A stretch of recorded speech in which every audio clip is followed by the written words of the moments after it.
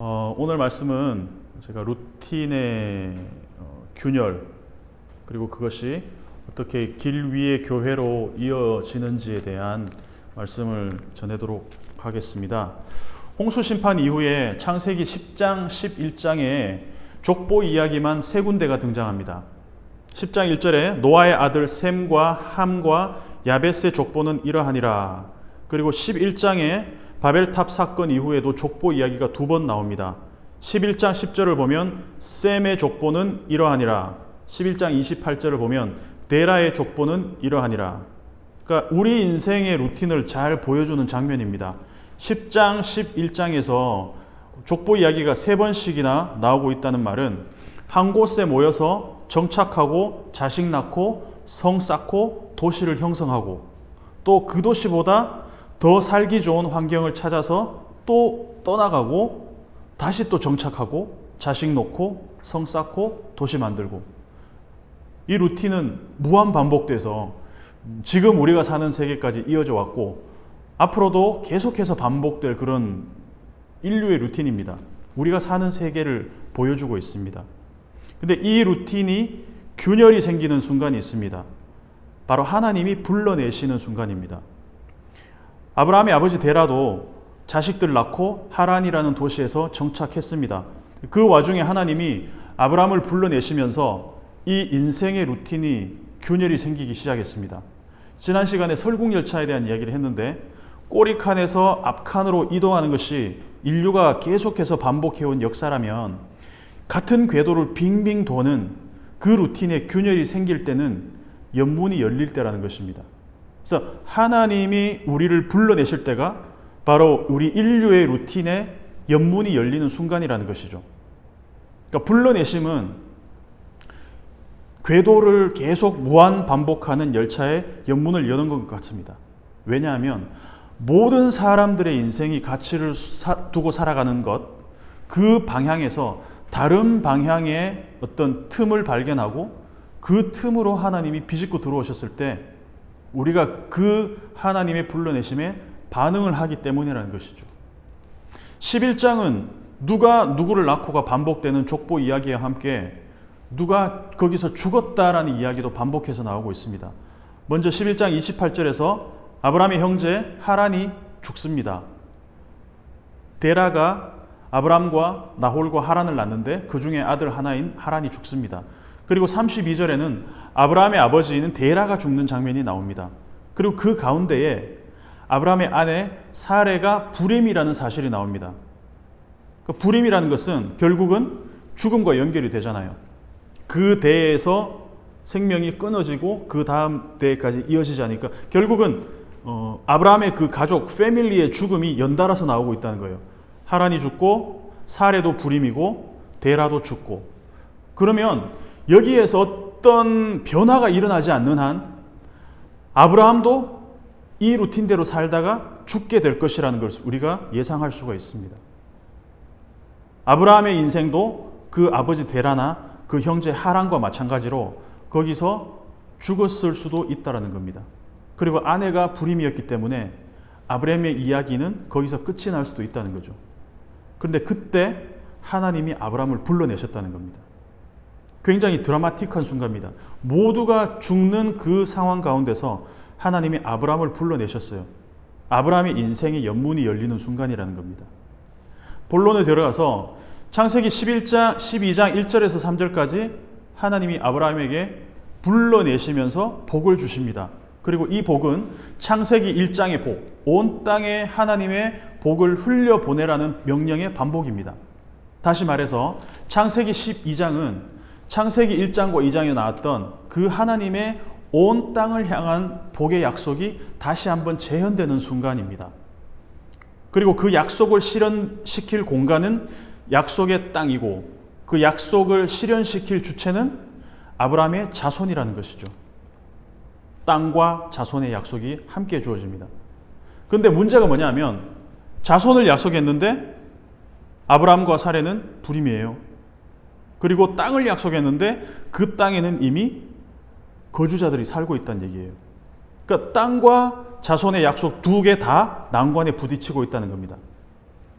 근데 4절을 보면 그 상황 가운데서도 아브라함은 말씀을 따라갔다라고 이야기하고 있습니다. 카수토라는 학자가 있는데 그 학자가 흥미로운 분석을 했습니다.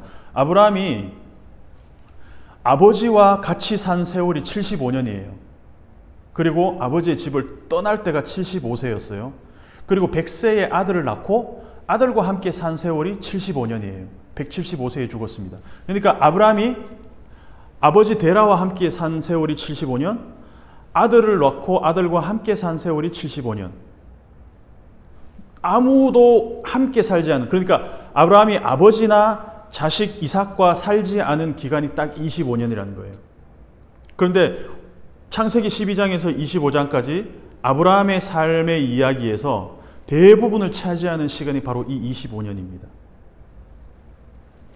불러냄을 받기 전에 75년, 그리고 불러내심을 받은 후에 25년간 하나님이 아브라함을 어떤 식으로 인도하시는지, 그리고 그 후에 75년 동안 아브라함이 이삭과 함께 하면서 만들어가는 이야기. 전반에 75년, 후반에 75년, 그리고 가운데 25년. 이것이 어떻게 패턴이 바뀌고 있는지를 우리가 함께 볼 필요가 있다는 것이죠. 우리 이제 100세까지 산다고 가정했을 때, 저는 이제 내년이 50이니까 한 25년쯤 남은 것 같습니다. 75세 되려면. 아브라함처럼 불러내심을 받을 나이가 75세라면 25년쯤 남았는데, 어떤 시점이든지 간에 불러냄의 경험을 할 때가 있을 겁니다. 이미 불러냄의 경험을 했거나 앞으로 그 경험을 하거나, 근데 그 시점에서 우리 삶의 어떤 시점에 어떤 삶의 전환이 올지는 알 수가 없습니다. 연문이 어떤 식으로 열릴지 알 수가 없고, 앞칸을 향해서 열심히 달리던 우리의 삶에 균열을 내시는 그 하나님의 방문을 어떤 방식으로든지 우리가 기대했으면 좋겠습니다. 그 기대하는 마음으로 이 이야기를 함께 봤으면 좋겠습니다. 5절을 보면 11장 31절과 비슷한 내용이 5절에도 나옵니다. 5절을 보면 아브라함이 누가 누구를 데리고 이끌고 갔다. 5절에서 11장 31절하고도 같은 내용이 나오는데 11장 31절을 봐도 데라가 누구누구를 데리고 갔다. 이 구조가 똑같아요. 차이가 있다면 데라는 그냥 먹고 살기 위해서 하란에 갔고, 가나안 땅으로 가려고 하다가 하란에 정착해서 그냥 거기서 죽었다는 것이고, 아브라함은 반면에 하나님의 불러내심을 따라 가나안 땅에 마침내 들어갔다라는 거예요. 6절을 보면 아브라함은 하나님의 말씀을 따라갔다라고 나오고 있습니다. 근데 가라고 보내신 땅, 가나안 땅에 이미 거주하는 사람들이 있었다는 거죠. 아브라함이 여기서 어떤 생각이 들었을까? 땅의 약속, 자손의 약속을 하셨는데 아내는 불임이고, 그리고 약속하신 땅에는 거주지가, 그 거주지에 살고 있는 사람들이 있다라는 것이죠. 연문을 열고 하나님이 나를 불러내셨는데 환경이 너무 비협조적이에요. 여러분 같으면 어떻게 하시겠습니까? 어떻게 해석을 하겠습니까? 제가 아브라함이었다면 마음이 되게 복잡했을 것 같아요. 살아가던 삶의 루틴이 있는데 그 루틴을 깨면서 하나님이 나를 불러내셨는데 너무나 하나님의 약속과 동떨어진 현실이 나를 기다리고 있어요. 문을 열었는데 설국열차의 그 루틴을 따라서 가고 있다가 연문을 활짝 열었는데 거기 아름다운 세계가 펼쳐진 게 아니라 눈밖에 없어요. 온통 눈이 덮여 있어요. 내가 이 문으로 왜 나왔지? 내가 왜 이 연문을 열고 나왔지? 그런 생각이 들지 않겠습니까? 하나님이 우리를 교회로 불러내셨다. 에클레시아로 밖으로 불러내셨다. 하나님이 교회를 통해서 우리를 밖으로 불러내셨다. 근데 시작이 참 녹록치 않아요. 제가 이 예배를 드리고 있는 지금 환경인 것 같습니다.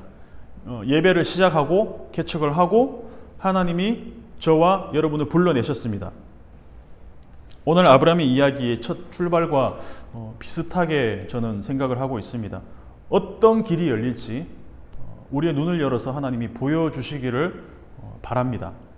7절을 보면 그때 하나님이 아브라함에게 나타나서 말씀하십니다. 내가 이 땅을 너의 자손에게 주리라. 원어상으로는 내가 너의 자손에게 줄 거야, 이 땅을. 준다는 말이 먼저 나오고 있습니다. 근데 자손이 있어야 주죠.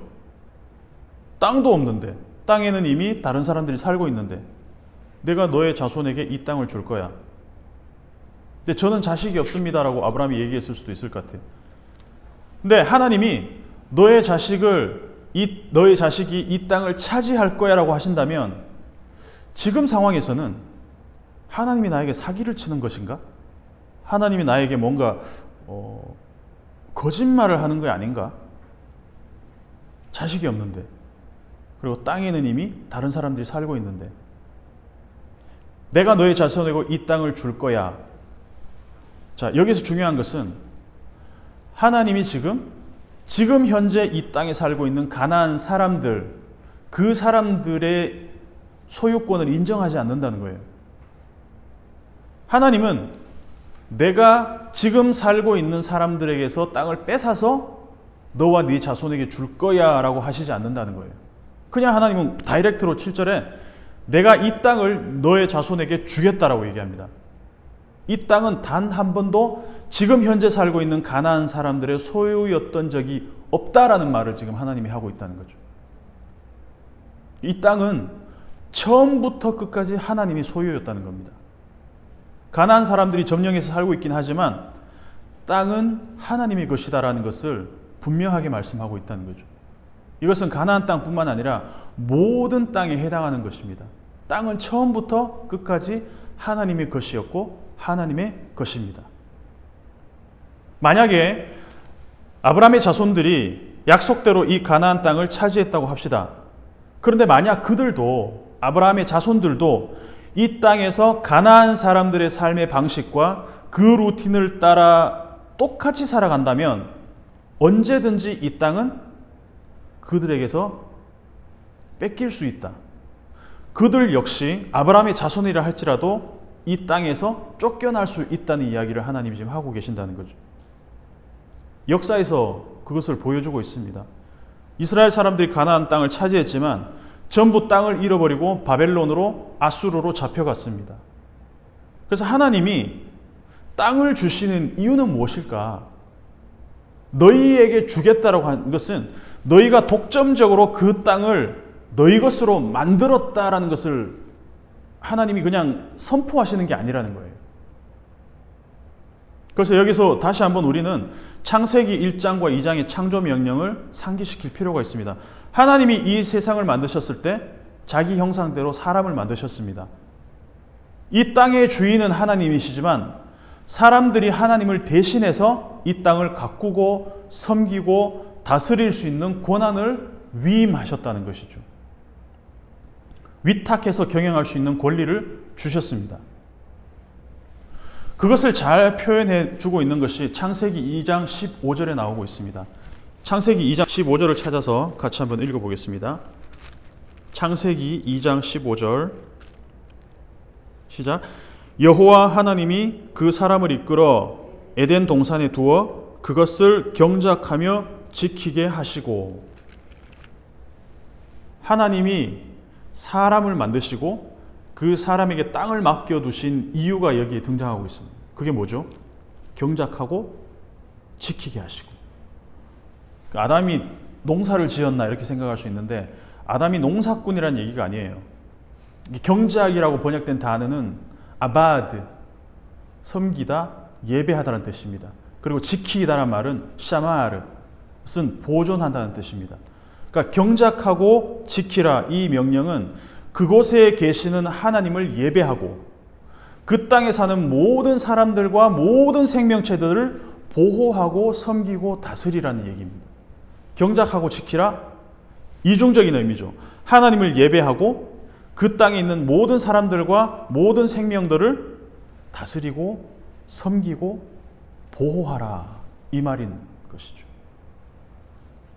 한 집안에 부모님과 자녀들이 함께 산다면 부모님은 공경하고 잘 모시고 자녀들은 아끼고 보호하고 섬기는 것, 그것이 바로 이 창조 세계를 향한 하나님의 뜻이고 이 땅에 하나님이 사람을 두신 이유라는 것입니다.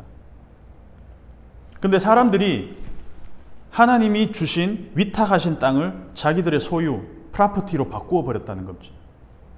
만약에 유치원에 아이들을 맡긴 부모님이 있는데 유치원 교사가 그 아이들을 학대하고 밥도 잘 안 주고 때리고, 그거 어떻게 될까요? 그 사실을 안 이상 부모님들이 다시 그 유치원에 아이들을 맡길 수 있을까요? 부모가 비용을 지불하고 이 아이를 위탁할 때는 자기 자식을 사랑하듯이 아끼고 섬기고 보호해 주라는 의미란 것이죠. 그것을 마치 유치원 교사가 자기 아이를 소유한 것처럼 함부로 대하면 부모가 가만히 있지 않을 거라는 것입니다. 하나님이 이 세상을 만드셨습니다. 온전히 사랑으로 존재하시는 삼위일체 하나님께서 만드신 사랑의 결과물이 이 세상의 창조 세계라는 것입니다. 그리고 하나님의 형상으로 만든 사람들에게 이 땅의 모든 생명을 다스릴 권한을 주셨습니다.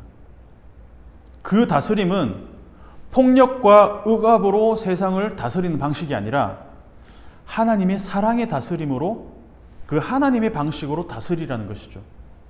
그러니까 부모가 아이를 지키고 보호하고 지키는 것과 같습니다. 그것이 바로 경작하고 지키라라는 말의 의미라는 것이죠. 그런데 인류가 이 경작하고 지키라, 아바드와 샤마르를 잃어버렸다는 거예요. 그러니까 자기들이 하나님이 되어서 땅을 점령하고 소유하고 독점하기 시작했다는 것입니다. 하나님이 가나안 땅을 아브라함의 자손에게 주셨다는 말은 멀쩡하게 살고 있는 사람들 땅을 뺏어서 소유권 이전을 하셨다는 말이 절대 아닙니다. 원래 창조하셨던 그 세상의 원리대로 경작하고 지키라. 다시 말해서 하나님이 아브라함에게 하시는 명령은 또 하나의 창조 명령이라는 것입니다. 그래서 그렇게 하지 못할 때는 아무리 오래 살았던 원주민이라 할지라도 하나님의 통치 방식을 따르는 사람들을 통해서 새롭게 하시겠다는 것이죠. 옛날에 제국주의를 보면 이 하나님의 정복하고 다스리란 말을 자기 입맛에 따라 변형시켰잖아요. 식민지 정책을 펴면서 다 악용했습니다. 점령하고 그 땅에 있는 원주민을 착취하고 학살하고 자기네들 땅 만들면서 성경을 자기들 입맛대로 해석한 것이죠. 그러니까 정복하고 다스리란 말은 제국의 식민지 정책을 옹호하는 말이 절대로 아니라는 것입니다. 하나님은 왜 정착해서 잘 살고 있는 사람들의 그 루틴을 깨고 왜 연문을 열고 사람들을 불러내셨을까? 특별히 교회로, 에클레시아로 불러내셨을까? 이유는 단 하나입니다. 바로 이 하나님의 창조의 원리대로 이 땅을 새롭게 하기를 원하신다는 것입니다. 그리고 교회가 그 일을 해야 된다는 것입니다. 종교단체 만들고 건물 안에 하나님을 가두는 것이 아니라 진짜 불러냄의 약속, 에클레시아의 약속을 받은 사람들이 모여서 그곳에서부터 하나님의 새로운 창조 질서가 회복되어 그 시작이 온 땅으로 흩어지는 것이죠. 그래서 교회는 새로운 창조로의 부르심이고 그 출발점이라는 것입니다. 그 시작이 주일 예배라는 것입니다. 아브라함이 하나님의 약속을 따라서 옮긴 곳에서 제일 먼저 했던 일이 무엇입니까? 제단을 쌓은 것이었습니다. 한번 읽어볼까요? 7절, 8절 한번 읽어보겠습니다. 시작. 여호와께서 아브라함에게 나타나 이르시되 내가 이 땅을 네 자손에게 주리라 하신지라. 자기에게 나타내신 여호와께 그가 그곳에서 제단을 쌓고 거기서 베델 동쪽 산으로 옮겨 장막을 치니 서쪽은 베델이요 동쪽은 아이라. 그가 그곳에서 여호와께 제단을 쌓고 여호와의 이름을 부르더니. 이것이 차이점입니다. 그가 그곳에서 제단을 쌓고 거기서 베델 동쪽 산으로 옮겨 장막을 치니. 그 이전까지는 어땠습니까? 사람들이 옮겨 다니다가 한 장소에 정착을 하면 먼저 뭘 했냐면 자기 장막부터 쳤어요. 자기 성부터 쌓았어요.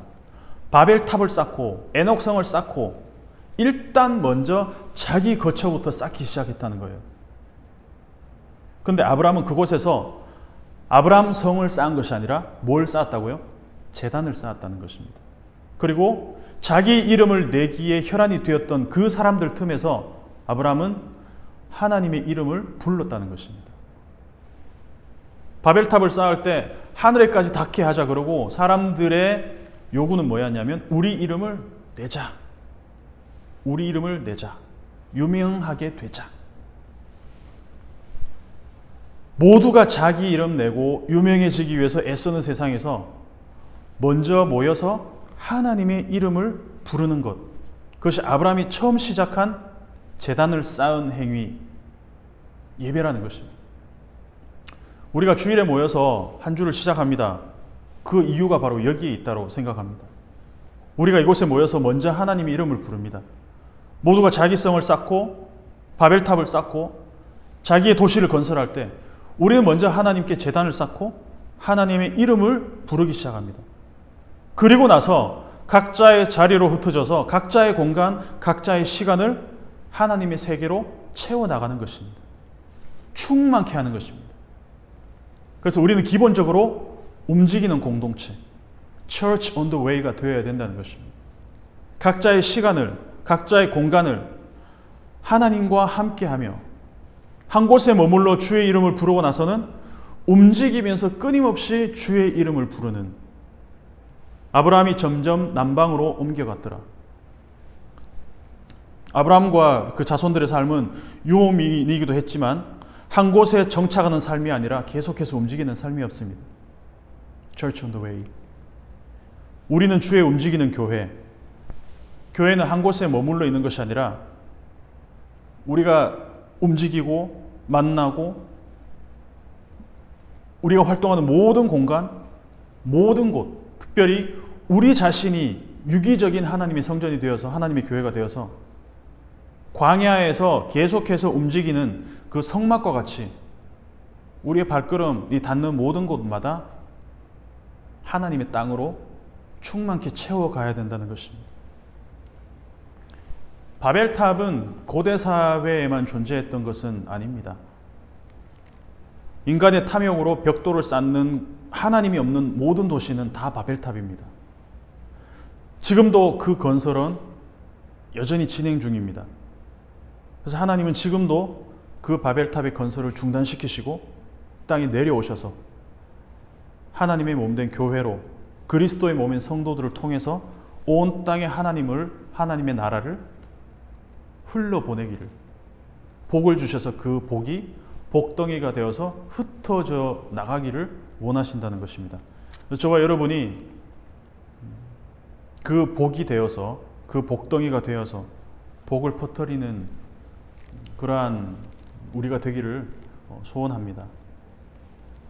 아브라함의 인생에 나타나셔서 연문을 활짝 열어 제끼고 나와라고 하셨던 그 하나님이 지금 우리를 초청하셔서 우리를 불러내실 때 응답하고 함께 걸어가는 여행을 우리가 함께 시작했으면 좋겠습니다.